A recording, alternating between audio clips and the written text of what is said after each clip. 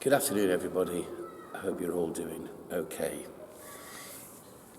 As you know, last week I was telling you about the presentation of the Dance of the Light as the pivotal moment in the history of Spand. And after that glorious presentation, you'd be forgiven for thinking that things slowed down a bit for us, but nothing could be further from the truth. That September, the year 2000, we celebrated our last annual Mass with Bishop James as he retired on the 2nd of October. And he was due to come to confirmation to me at the end of the month, and he couldn't come because he was poorly. And so I thought, well, I'll go and see him, bearing in mind in those days you didn't just wander around to Bishop's house. So I went round on my way to Loretto one Thursday, and the housekeeper said, he's got a priest with him. I said, he said, come and have a cup of tea with me, because I knew her from Loughborough, Mary Merritt, you see. So I was sitting in the kitchen in Bishop's house, and in comes the bishop and said, what are you doing here? And I said, well, I came to see if you're all right. And he said, well, I'm all right. I said, well, that's good. I said, you couldn't come for confirmation. I was worried about you. I hope you're feeling better. I'm feeling fine. It was quite brusque, really. Anyway, that was that, and I thought, well, he's back to normal, so that's all right. But I later discovered that the priest he had with him was no less a person than Father Malcolm MacMahon, who had rung him up and said, may I come to see you? And he was a bit nonplussed why this Dominican would want to come and see him. And he said, oh, yes, if you like. And he came and he said, what can I do for you? And Father Malcolm MacMahon said, well, actually, I'm your successor. And no one had told Bishop James that his successor had been appointed, which is truly awful. The poor man was very embarrassed. So Bishop Malcolm was actually sitting in the house that afternoon when I went. So it's no wonder that Bishop James was feeling a bit brusque. But on the 8th of December, the patronal feast of the diocese, Bishop James ordained Bishop Malcolm. It was an incredible thing. Bishop James, I always thought, was a tall person, but next to Bishop Malcolm, he was quite small, really. It's amazing. And you see in the passing of the authority from one bishop to another. And at the end of the Mass, Bishop James walked out, not as the bishop anymore, because the new bishop was walking behind him. It was a very moving thing. But, now we've got an old friend to cherish and to thank and a new one to meet. And Bishop Malcolm soon became a very enthusiastic supporter and advocate of Spand and our work. And Spand was, in fact, the title we finally got round to choosing after years of thinking how to describe ourselves at the suggestion of Barbara Drummond and Simon Brittle in 2002. Language is important, and how you present who you are and what you're trying to do. And we've struggled with this for some time. So supporting people with additional needs in the Nottingham Diocese seemed to fit our work perfectly, and the acronym was a very useful way of remembering it and also easy to put on cheques. Spand is now spoken of easily by priests and people rather than being a long mouthful that's difficult to remember. The first annual Mass with Bishop Malcolm was in September 2001, and it was themed Remain in My Love. It marked the silver jubilee of the agency, along with the completion of Tony Wilkinson and his wife Sharon of 22 years as leaders of our Loughborough group. My comments on those occasions were written in the magazine, still hold true today. No one who has ever given themselves to this great work we share with our special friends, who has immersed themselves in this task of supporting, forming and caring, has ever been disappointed or ever will be. There would be many celebrations and jubilees in this decade with all of our groups, especially celebrating their 25th anniversaries and some even their 30th in different ways. Holidays to Mallorca or Skegness, meals and outings, all being and each group being presented with special souvenir banners beautifully made by Catherine Hughes. It was a lovely time, and with loving thanks was the theme of our 2004 Mass, where John Taverner's Love Bade Me Welcome was beautifully mimed. And this thought of gratitude was carried through the other years as a sign of what each group had meant to its members. Faith and Light also celebrated its 35th anniversary with Bishop Malcolm in Loughborough, so he soon became a rather busy man. When we took part in the Pentecost celebration of the cathedral in 2003, he was simply speechless at what he had seen. It was also that year of the Nottingham Diocesan Assembly, which we featured at our annual Mass under the theme On the Road Together, with a beautiful miming of the rich young man's story. At the assembly itself, the final Mass was held at Nottingham's ice rink. Bishop Malcolm mentioned our work as one of his priorities, a promise he continually fulfilled in his years as our bishop, and also the very last thing he mentioned as he finally took his leave of us for Liverpool in 2015. It was also a decade when we lost some very significant friends, including my own mother, in October 2002. At her reception Mass in Loughborough, the Loretto Club mimed the Beatitudes so beautifully that all my family were amazed and thrilled. The next day, after her funeral Mass in Micklover, the parishioners put on a great meal. Jim and Margaret made Irish coffee for over 200 people. "How could you possibly bury your mother without Irish coffee?" he had said. And there was a lovely moment with Father Brian, who was sitting next to me on the altar, and I reminded him at the beginning of Mass of something he'd said to my mum many years before.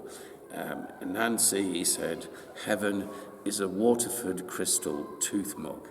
So I put my hand behind the candlestick and produced the said item and informed him that she had left it to him in her will.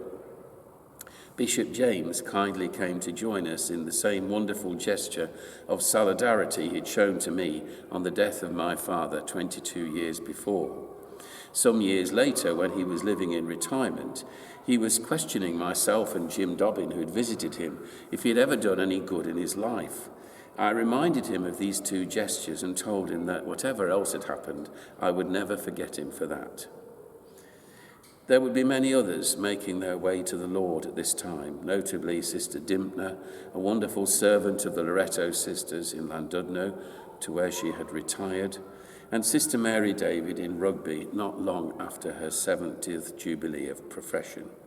She was a simply irreplaceable woman with wonderful witness to the religious life. The head teacher of St Mary's School for over 30 years, I well remember her picking me up when I was 6 on the feast of St Francis and proudly telling me that this was my feast day. In the town of Loughborough there were many other nuns, but only one person who was ever referred to just as sister without having to use her name, because everybody knew which one you were talking about.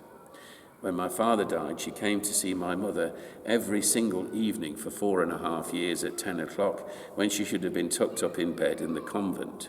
And she had 2 funerals, one in Rugby and then in Loughborough, where she was carried to her grave by Loughborough group members, who then proceeded to sing a joyful group song to bid her farewell as they laid her to rest.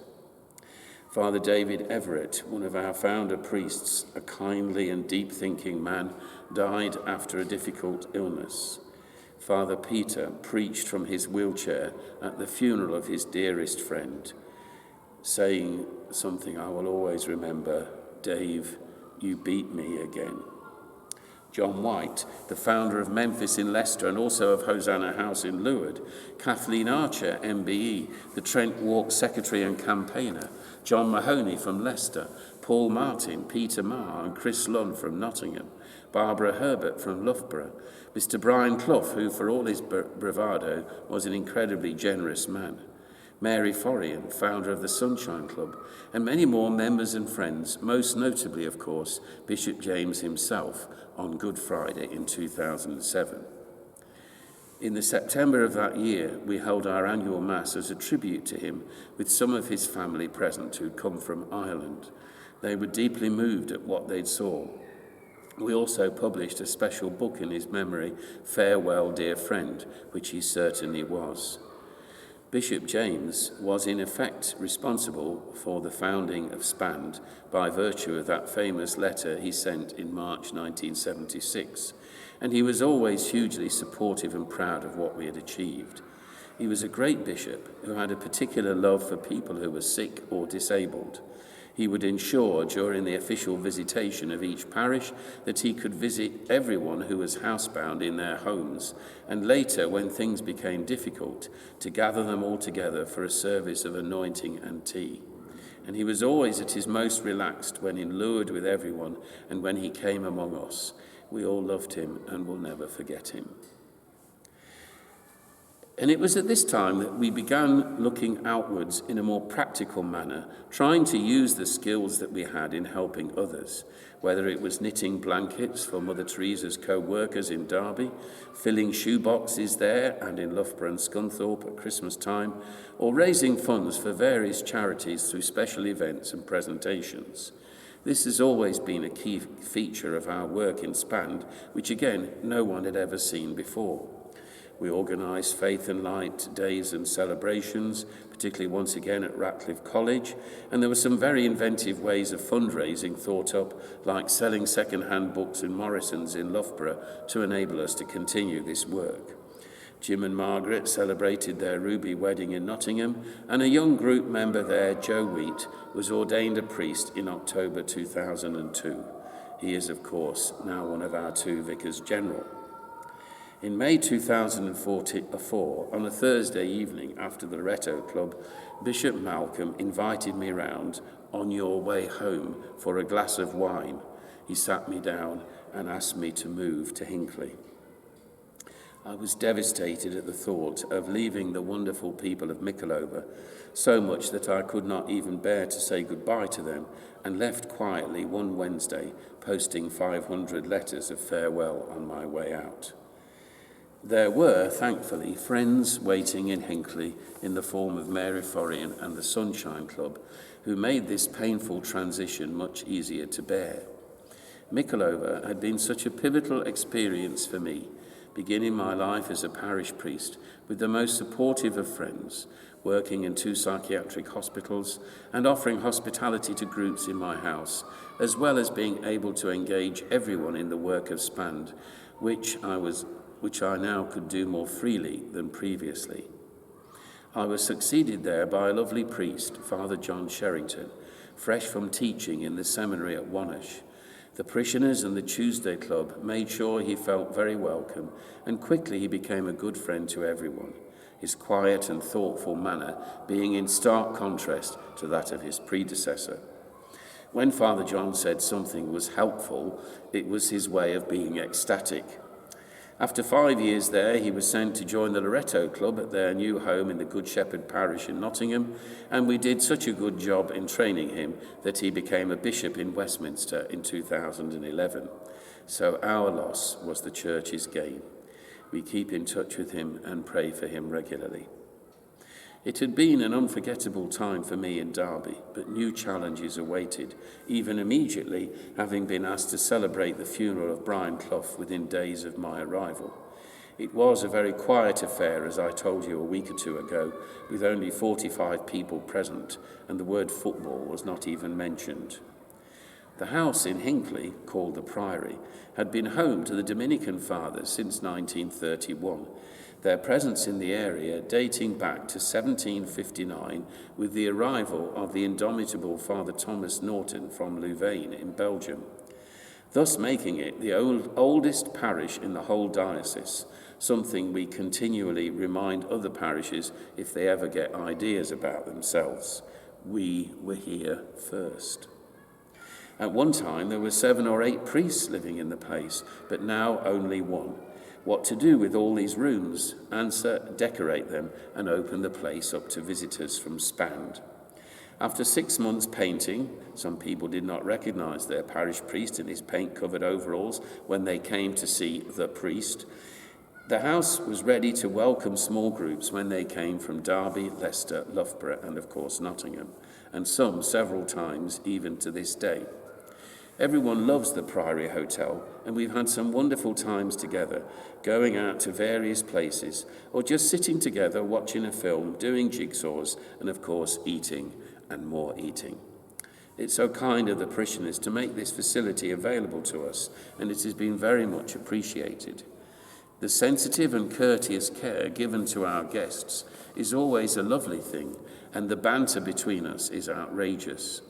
By the end of the decade, our Sunshine Club would be regularly taking part in liturgies on great feasts in the church, welcoming people to Mass in the church porch, working with churches together in the marketplace or even at the local football club, taking part in plays with the newly formed St. Peter's Players, and have a new and spacious home to meet in called the Mary Forrian Centre, named after our founder who died in 2008. And during this time, another feature that no one had ever seen before also took place. We had usually worked on themes for our masses and gatherings, but never on a specially written systematic project throughout the year, which all the groups could follow and then bring together at each of our agency liturgies and masses in various parts of the diocese. It actually began by accident in 2006, which was to be the 70th birthday of our beloved brother, Father Brian.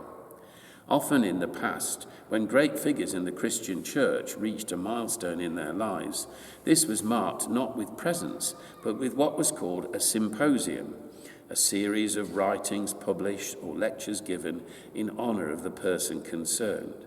And this is what we decided to do for Father Brian. And during the annual Mass that year, which was themed The Perfect Friend, which he celebrated in the absence of our bishop, we gave him the gift of a year's work based on different aspects of our Lord's personality, teaching, healing, suffering, which we called the Spanned Symposium. He was shocked and thrilled and speechless. The work began in November and he was presented with it in the form of a large album of script and photos the following September at our annual Mass, which of course was also our tribute to Bishop James. We would use this method of catechesis in future, embarking on projects such as Live Simply in 2008 with CAFOD. This featured many interesting evenings and a memorable day in Scunthorpe when a wheelie bin was brought onto the sanctuary, the offertory, and Steve Barraclough rode up the aisle on a bike, dressed only in a bin liner. When asked what he was doing, he replied, "I am a recyclist." This would turn out to be the precursor of much of the work that is thankfully now being done on climate change and what we can do to alleviate it. Again, Spanned was ahead of the game. We presented our work to CAFOD the following year and they were very grateful. That year's project, at Father Brian's suggestion, was to be Home is a Holy Place, and we had a lot of cardboard shelter building at Scunthorpe and the Loughborough Group's specially constructed house at Clifton. We'll speak in a little more detail about how this project work is carried out in a week or two, but for the moment it's sufficient to say that a precedent was set and would be followed henceforth. At the end of that decade, our 30th year in Llandudno was marked with the sisters when Stephen Pete, who never once missed a holiday there in all that time, was chosen to cut the cake, and quite rightly. It also marked that year the retirement of Jim Dobbin as our Loreto Club founder and leader, with a presentation to him by Father Brian of the papal medal Benemerenti at our Advent Leicester Mass. He was completely taken aback, not having noticed his family quietly creeping into the church behind him, as he was so typically preoccupied with keeping an eye on the group. His was quite simply a contribution that can never be matched. He spent the last years of his life in care, having developed dementia, a tragic illness, the care of which has also now become part of our work, as I will tell you. The great irony of a man who spent so much of his time creating care for others, now having to be cared for himself, is not lost on any of us. His death last year was in many senses a relief for his family and countless friends, but nevertheless deeply sad for all of us. This man of towering spirit, huge generosity, and outrageous wit was the bedrock of so much of what Spanned has achieved and could achieve. We will never see his like again.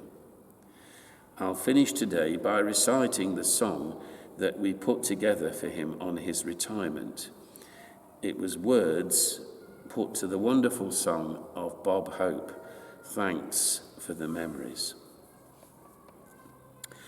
Thanks for the memories of 30 loving years that'll never disappear. You gave us so much laughter and you comforted our tears, so thank you so much.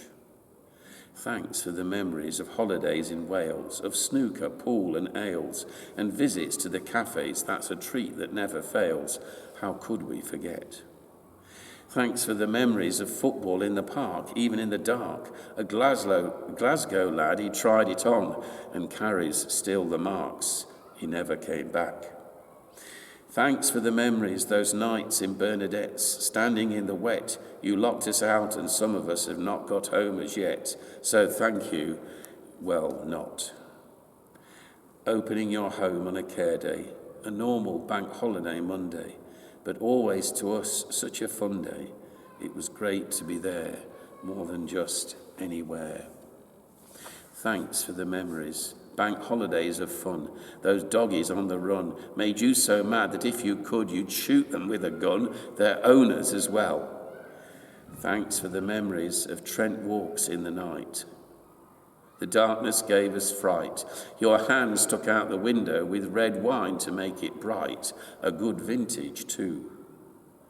Thanks for the memories of Coventry with the Pope. We'd almost given up hope. Old biddies, when he came, leapt up as if they were on dope, all cured there and then. Sitting by the beds of the dying, laughter amidst all the crying. To comfort them, you're only trying. Just your voice to hear took away their fear. Thanks for the memories, 3 families you've had. Now that can't be so bad. Your own and 2 adopted ones who like to call you dad, and so they should too. Thanks for the memories, for being such a friend, faithful to the end. Whenever there's a crisis, you're the man to heal and mend. That's why we love you. Thanks for the memories. There's only one Big Jim. His vigour and his vim. However many friends you'll make, you'll not find one like him. So thank you so much. God bless you, Jim. You were the best.